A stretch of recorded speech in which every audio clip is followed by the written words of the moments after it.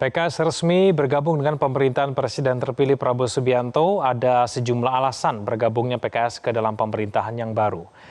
Usai bersilaturahmi dengan Presiden terpilih Prabowo Subianto pada Jumat sore, Ketua Majelis Syuro PKS Salim Segaf Al-Jufri menyebut sejumlah alasan PKS bergabung ke dalam pemerintahan yakni untuk memperkokoh persatuan dan mewujudkan stabilitas politik nasional.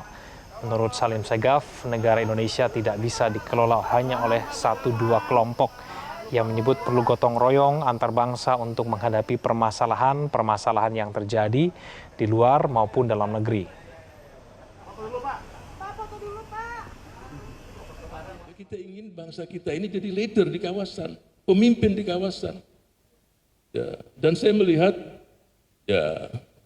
ini saya melihat dari perjalanan panjang, Bapak Prabowo Subianto mampu untuk menjadi pemimpin leader di kawasan ini. Dan yang kedua, kita harus juga memberikan warna di dunia. Dalam arti peperangan yang terjadi. Dan kita tahu salah satu tujuan terbentuknya negara Kesatuan Republik Indonesia ikut dalam ketertiban, menertibkan dunia ini. Jadi itulah semua yang membuat kita semangat untuk bersama-sama bergabung dalam pemerintahan Bapak Presiden Pak Prabowo Subianto. Itulah yang kita inginkan, karena semua ini alasan yang kuat kita bergabung di pemerintahan Bapak Prabowo Subianto. Ya, lalu apa untung rugi bagi PKS masuk dalam koalisi pemerintahan Prabowo Gibran? Untuk membahasnya sudah bergabung dari luar studio ada juru bicara PKS Muhammad Khalid dan Direktur Eksekutif Indikator Politik Burhanuddin Muhtadi. Mas Burhan, Mas Khalid, selamat malam semuanya. Malam Kevin. Selamat malam. Assalamualaikum. Ya. Terima kasih atas waktunya bersama kami di Top News. Saya ke Mas Burhan dulu. Mas Burhan, sebetulnya tanda-tanda PKS masuk ke dalam koalisi, ke dalam pemerintahan selanjutnya kan sudah terlihat cukup lama. Tapi apakah Anda melihat ada sesuatu yang bermakna berbeda ketika pertemuan antara Ketua Majelis Syuro PKS dengan Prabowo Subianto? Ya, saya kira itu semacam formalitas ya. Dari hubungan informal yang sudah lama dibangun, terutama pasca Pilpres 2024, yang mengindikasikan secara kuat bahwa PKS akan masuk ke dalam pemerintahan Prabowo Gibran. Dan itu terlihat terutama sejak pernyataan Pak Sehu, ya, mantan Presiden PKS, pada acara PKB, yang sepertinya mengirim sinyal PKS untuk masuk ke dalam pemerintahan Prabowo. Dan saya tidak kaget sama sekali, ya. Ini fenomena yang lazim terjadi dalam kasus di Indonesia, apa yang dan selain tersebut dengan istilah politik kartel, ya. Jadi perbedaan antar partai hanya terlihat pada waktu kampanye, tetapi setelah kampanye selesai, partai-partai cenderung masuk ke dalam kekuasaan dan diferensiasi antar partai luruh, dan kemudian masuk ke dalam partai atau calon presiden yang menang. Dan sekali lagi saya tidak kaget, apalagi kita tahu ada banyak kelemahan sistem kepartean kita yang tidak memberi insentif kepada partai oposisi. Tetapi lagi-lagi ini sesuatu hal yang tidak mengejutkan. Kita tinggal menunggu satu lagi yang masih tersisa, yaitu PD Perjuangan. Dan kalaupun toh akhirnya PD Perjuangan masuk ke dalam, saya termasuk orang yang tidak kaget sama sekali. Oke. Mas Khalid, sekian lama kemudian PKS mengkritisi pemerintahan Jokowi, sekarang PKS masuk ke dalam sebuah pemerintahan yang mendukung keberlanjutan, yang mendukung presiden, yang meneruskan pemerintahan Presiden Joko Widodo. Sekarang jargon yang diusung PKS seperti apa, Mas Khalid? Ya, tentu kita memiliki sejarah yang cukup panjang dengan Pak Prabowo Subianto. Secara historis PKS pernah mengusung Pak Prabowo di 2014 dan pernah mengusung di 2019. Bahkan kita pernah menjadi kekuatan di luar pemerintahan, ya, berdua menjadi penyeimbang pemerintahan Bapak Joko Widodo. Jadi bagi PKS, Pak Prabowo Subianto adalah teman lama, sahabat lama. Bahkan Pak Prabowo kemarin menyatakan PKS itu bagi saya, kata Pak Prabowo, adalah sekutu, atau bahkan beliau sampaikan segajah. Jadi tidak ada barier, tidak ada halangan untuk membangun kesepahaman untuk berjuang bersama. Itu yang pertama. Kemudian yang kedua, pertemuan kemarin adalah PKS memenuhi undangan dari Bapak Prabowo Subianto yang memang sudah lama kita sudah membangun komunikasi dan dalam diskusi yang terjadi antara pimpinan PKS dan Pak Prabowo Subianto sangat-sangat suportif. Pimpinan PKS memberikan dukungan moral bahwa Pak Prabowo ke depan insya Allah akan sukses menjadi seorang pemimpin, dan ada misi khusus dalam arti Pak Prabowo ini memiliki perhatian yang sangat besar terhadap politik luar negeri. Sebelum dilantik pun Pak Prabowo sudah keliling ke berbagai negara, hadir di forum-forum internasional. Harapan Partai Keadilan Sejahtera, Pak Prabowo akan membawa Indonesia ke kancah dunia dengan lebih luar biasa dan bisa memiliki peran besar. Apalagi Indonesia adalah negara muslim demokrasi terbesar di dunia, sehingga di isu-isu terutama perdamaian seperti saudara-saudara kita di Palestina, Pak Prabowo akan tampil menjadi salah seorang pemimpin dunia yang berpengaruh besar di sana. Itulah yang diharapkan oleh pimpinan PKS ke depan. Mas Ulid, kenapa kemudian tidak bertahan saja menjadi pihak oposisi begitu? Kenapa kemudian harus bergabung?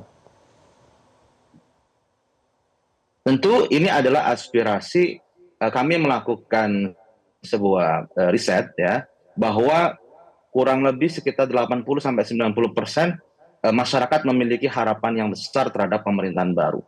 Dan kami ingin berkontribusi dalam pemerintahan ke depan dengan cara kita membangun kerjasama dengan Bapak Prabowo Subianto yang sudah memiliki historis panjang dengan PKS, itu akan lebih mendatangkan maslahat yang lebih besar.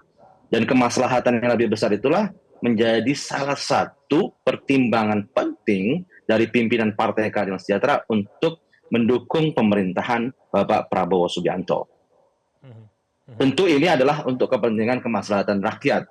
Jadi kita tidak hanya kalkulasi cost and benefit atau untung rugi semata, tapi kita melihat ada opportunity untuk kemaslahatan yang lebih besar ketika kita bersama dengan Bapak Prabowo Subianto. Ya, Mas Burhan, pilihan PKS untuk bergabung dalam pemerintahan Prabowo Subianto yang meneruskan pemerintahan dari Joko Widodo ini apakah bisa diterima oleh pendukung PKS? Sejauh ini berdasarkan survei kami sebelumnya masih cukup banyak ya warga atau konstituen PKS yang belum menerima. Dan menurut saya wajar ya, karena selama ini narasi yang dipakai baik oleh elit maupun basis massa PKS itu narasi yang berbeda dengan narasi Pak Prabowo yang mengeluarkan keberlanjutan dalam kampanye maupun dalam pemerintahan 5 tahun terakhir bersama Pak Jokowi. Jadi memang perlu waktu saya kira buat PKS untuk meyakinkan basis masanya. Dan lagi-lagi ini menjadi problem tersendiri, yaitu semacam gap ya antara aspirasi elit dengan aspirasi massa. Dan kalau kita melihat ya selalu ada minimal 25% hingga 30% masyarakat yang tidak puas dengan narasi keberlanjutan yang dipakai oleh Pak Prabowo dalam kampanye kemarin. Dan kalau misalnya semua partai itu masuk ke dalam pemerintahan, maka tidak ada saluran formal buat mereka yang berbeda dengan arus kekuasaan untuk menyampaikan aspirasinya di level politik parlemen atau formal. Dan ini bisa menjadi semacam insentif buat partai baru, terutama misalnya partai yang menarasikan jualan oposisi ya, karena tidak ada katup formalnya yang terwakili di parlemen. Jika misalnya PDI Perjuangan sekalipun akhirnya masuk ke dalam pemerintahan. Mas Burhan, menurut Anda apa yang kemudian meluluhkan PKS?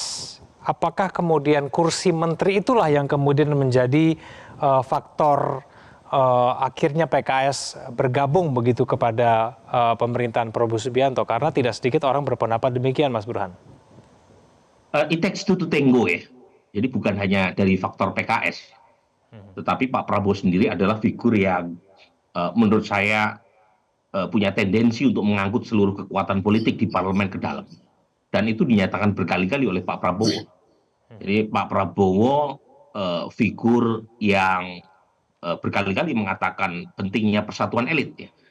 Dan pada titik tertentu ini menjadi semacam sinyal yang kurang positif buat proses demokratisasi.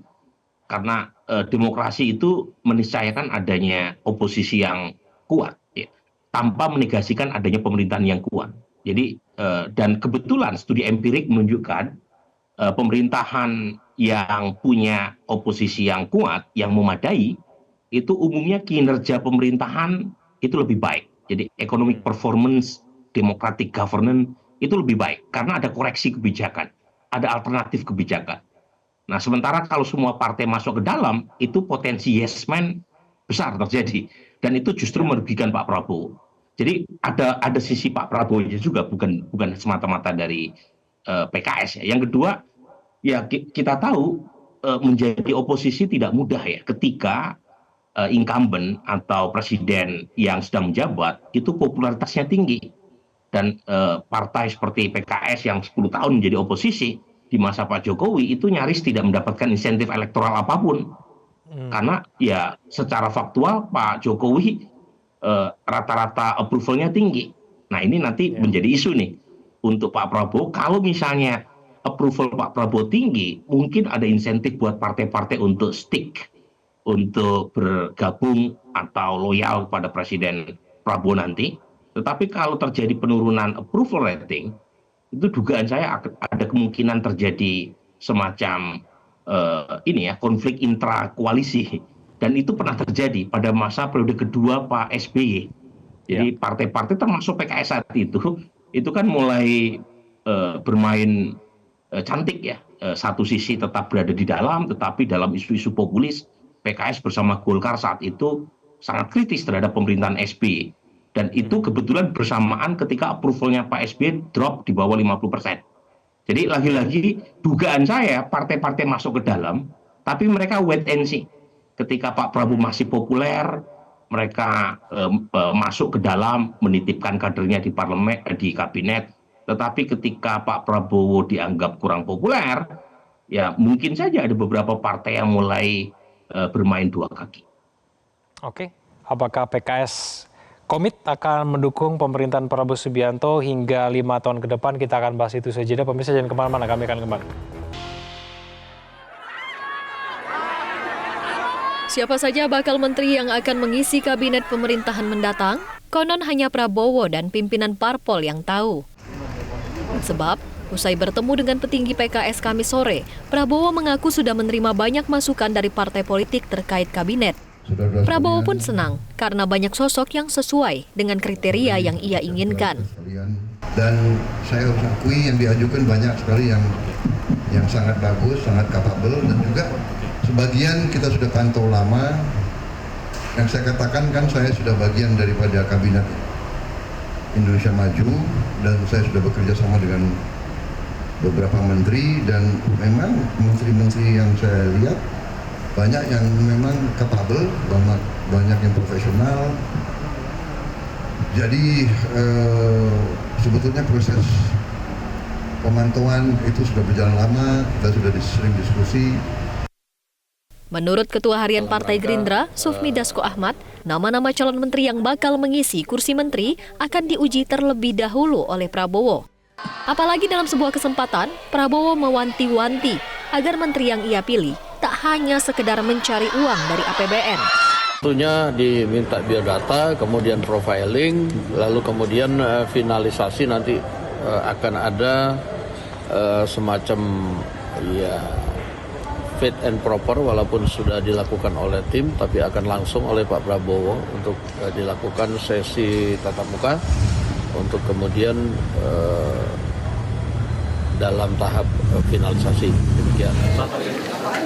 Kabinet Prabowo sepertinya akan diisi sebanyak 46 kementerian. Itu terungkap dari susunan 13 komisi DPR yang di dalamnya terdapat daftar mitra kerja. Seluruhnya terdapat 19 kementerian baru yang merupakan pemisahan dari kementerian kabinet Jokowi saat ini dan peningkatan dari yang sebelumnya hanya berbentuk badan. Tim Liputan, Metro TV. Kembali kita lanjutkan diskusi kita pada malam hari ini, Mas Solid. Bagaimana kemudian cara PKS untuk meyakinkan konstituen maupun kadernya untuk tetap loyal begitu kepada PKS? Kita tahu bahwa Prabowo memang memiliki hubungan yang panjang dengan PKS, tapi itu kan ketika Prabowo masih berseberangan dengan Jokowi. Yang sekarang ketika sudah tidak lagi berseberangan, bergabung, bagaimana kemudian bisa meyakinkan pendukung PKS, Mas Solid? sampai detik ini ya, ketika pimpinan datang ke daerah-daerah, sambutan kader PKS, pengurus PKS dengan keputusan pimpinan hasil musyawarah Majelis Syuro itu menyambut sangat positif.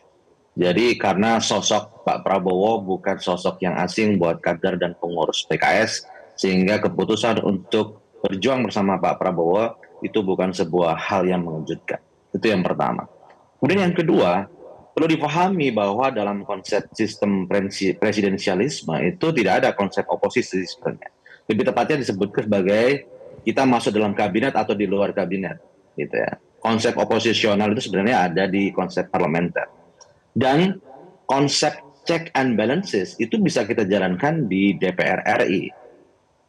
Partai Keadilan Sejahtera pernah mengalami sejarah yang panjang. Dulu di eranya Gus Dur, ya, kita pernah dalam pemerintahan, kemudian di eranya Ibu Presiden Megawati, kita pernah di luar pemerintahan, kemudian 10 tahun bersama dengan PSBY kita pernah di dalam pemerintahan. Dan di 10 tahun era pemerintahan Bapak Joko Widodo, PKS pernah di luar pemerintahan. Ada perjalanan di dalam dan di luar, itu sudah pernah kita lalui bersama. Dan PKS walaupun kita dulu di era 10 tahun pemerintahan Pak SBY, ketika ada aspirasi kehendak masyarakat yang begitu besar, maka kita sampaikan meskipun kita ada di dalam pemerintahan. Karena DPR RI memiliki mandat dari rakyat untuk menjadi kekuatan check and balances. Dan itulah yang harus dilakukan. Dan ketika kita mendukung Pak Prabowo Subianto, kita ingin Bapak Prabowo Subianto itu sukses dan terus mendengarkan suara dan kehendak rakyat. Dan saya yakin, PKS yakin bahwa Pak Prabowo ke depan akan menjadi seorang pemimpin yang mendengarkan kehendak dan aspirasi rakyat. Tidak mungkin tidak akan menyia-nyiakan mandat yang begitu besar kepada beliau untuk menjalankan pemerintahan yang sukses ke depannya. Dan insya Allah ketika Partai Keadilan Sejahtera berjuang bersama pemerintahan Pak Prabowo ke depan, konsep DPR RI, ya, fungsi dan peran DPR RI akan kita jalankan dengan sebaik-baiknya. Artinya apakah PKS akan tetap kritis begitu, Mas Holid? Tentu kita akan suarakan kehendak dan suara masyarakat, kita harus suarakan. Dan itulah mandat yang diberikan kepada DPR RI. Semua partai politik manapun, termasuk Partai Keadilan Sejahtera, ketika duduk di parlemen, di DPR RI, maka dia menyuarakan kehendak dari masyarakat yang diwakilinya. Saya misal sebagai anggota DPR RI, ketika ada kehendak di daerah pemilihan saya, maka saya harus menyuarakan itu. Dan karena itulah misi dari seorang wakil rakyat, menyuarakan apa yang menjadi kehendak masyarakat yang diwakilinya. Mas Burhan, yang diharapkan dari Prabowo Subianto terhadap partai koalisinya itu seperti apa? Apakah memang tetap kritis, itu juga memang keinginan dari Prabowo Subianto?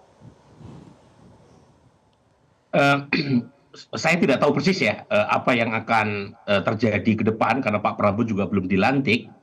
Tetapi ada banyak statement yang disampaikan oleh Pak Prabowo atau orang-orang dekatnya yang berkaitan dengan loyalitas tanpa batas ya, terkait dengan komitmen kalau sudah menjadi bagian dari pemerintahan.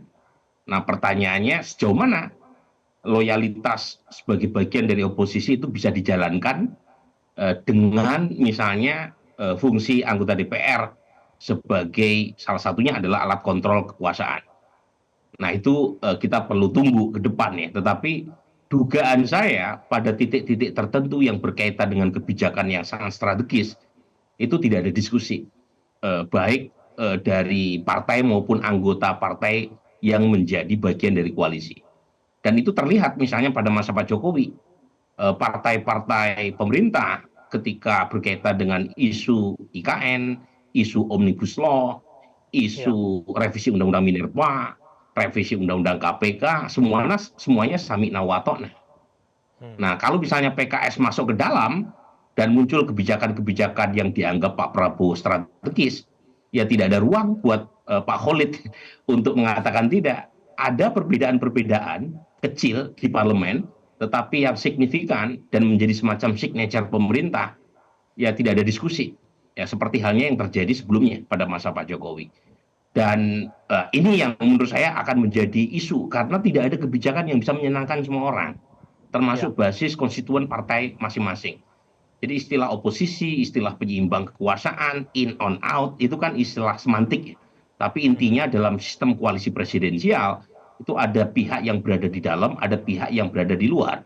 Nah, ketika semua kekuatan berada di dalam dan tidak menyisakan satupun partai yang berada di luar, itu ada aspirasi yang tidak sesuai dengan keputusan pemerintah yang tidak terwakili.